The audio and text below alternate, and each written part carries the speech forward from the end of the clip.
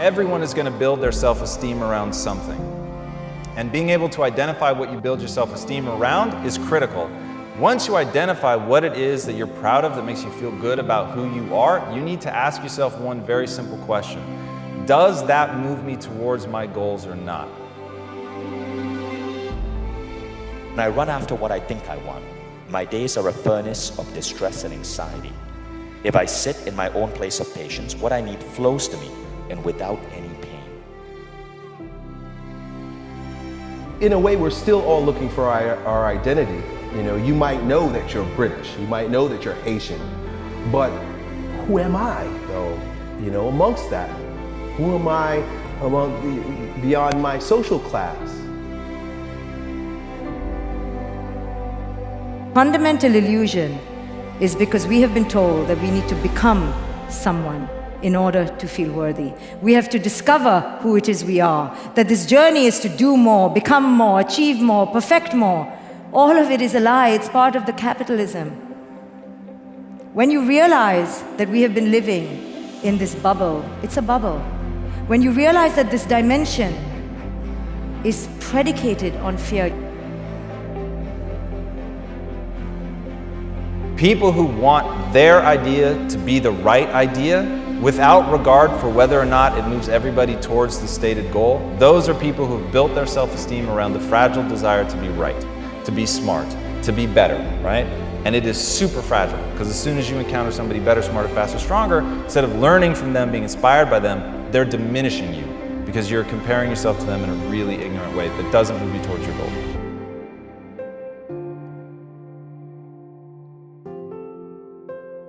And a lot of times what you're really good at is right in front of you. What you're really great at is right in front of you. And to recognize that your calling and your purpose can change. That it can change. You have a long lifetime. It's not going to be the same calling the whole time. And so allow yourself to evolve. Allow your purpose to evolve. What's that thing you do effortlessly that you give no credit to? The driving force behind that type of attitude, at least it was for me, was fear and anger. Anger that I want to prove myself. We're there, or anger, we have something to prove. There's fear that you're not going to make it, that you're not going to be somebody, that you're not going to be able to take care of the people you love. And with that comes the arrogance, at least for me, came the arrogance of nothing's going to stop me, I can do anything. Could it be as that the suffering that we go through, someone who cheats on us, or someone who steals from us, or a business failure, or a broken heart, or someone who is unkind to us, is in fact an element that our soul wanted us to experience, so we discover our gift that we are meant to bring to the world. What would you be reading about, even in neutral? What would you be doing if you didn't need to do it? What's that thing you turn to for pleasure when you've got free time? That's the thing that you should be doing. A lot of times, your gift and your purpose, you've discounted it. Either because someone else discounted it, or what's more common is you don't know how to monetize it. And sometimes the greatest gift you have to give is not for fee, it's for free. Because we are living under a cloud of the same delusion. Now, there's no harm in living under the cloud. The harm comes in thinking that that's the right way to be, and that's where the toxicity starts. When we give to our next generation our way to be, we can see how we've been set up to be anxious, to be a generation of great anxiety, because we have been set up on categorical duality. All of our life is predicated on labels, judgments, a way to be good and bad. People are truly passionate about what they do. You just get a chemical rush. You get the energy. You become more resourceful. When someone who doesn't have passion because they don't really want to be there anyway, they will give up way easier because they're not having a good time. It's not in them. Don't try to change the world unless you seek change the way a man whose head is on fire seeks a pond.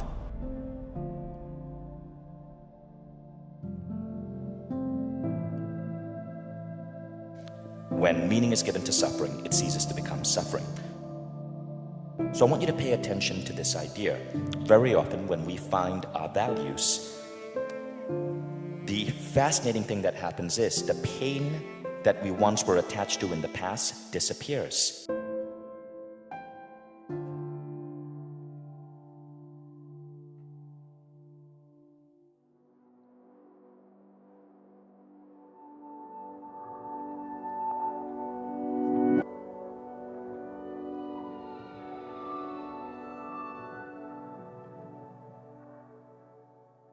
I say most people can see, but not everyone has vision. What that means to me is, if you have a desire to be successful, you better be just as in love with failure. Like, I love failing. I just wake up every day to see how many times I can fail. Yeah, I have no problem with it, because failure will introduce you to success. You got a lot of people who are afraid to fail. You know, some days we have to wake up and put out fires before we can even get to the brick. Once you have perception about something, something happened, it definitely informs your view of the world. And now you are the director, not only of that story, but you are the director. You are the only one in control of how you want to maneuver that story. Your story sometimes has a lot of layers and depths to it. For some of you, some of those layers and emotions and emotional baggage is still there to process. That's yours to process. And it's my job to give the world the best example of how I like to be treated. Celebrate yourself, forgive yourself, cut the shackles, and then commit to yourself before you commit to anyone else. Money is less and less motivating the more and more you get of it. Missions, on the other hand, the closer and closer you get to making it real, the more momentum you have behind accomplishing your mission, the more energy you have, the more people you can attract to your mission. And it just keeps going, and it's a virtuous cycle. Because life as we know it is life as we know it. So if life becomes life as we don't know it, there's great fear. So as long as we never pull, question, look under the rug, look behind the corners, look beneath the shadows, we will not awaken. To awaken means to look and see things as they really are, to see the source of where how you believe has come to be. Dare to go behind and beyond the matrix. I honestly believe that if people are not calling you crazy, your dream isn't big enough. I have nothing to prove. I have nothing to protect. I have nothing to hide. And I have nothing to defend. That your perception of me after I tell my truth is actually none of my business. My perception of me, that I go to bed as whole and complete as I woke up. Before I check how many likes I have on Facebook, that I like me first, and every other like is bonus.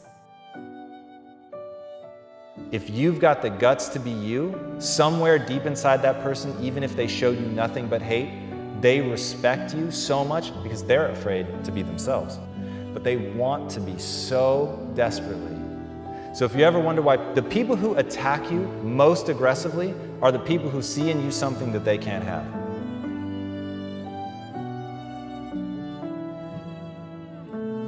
So your pain is often the breadcrumbs to your values, and those values become the guiding light for your purpose on the planet. Because what often happens is that the pain gives us a glimpse of what we want to heal and fix in the world, so that other generations and other people we love do not have to experience that pain.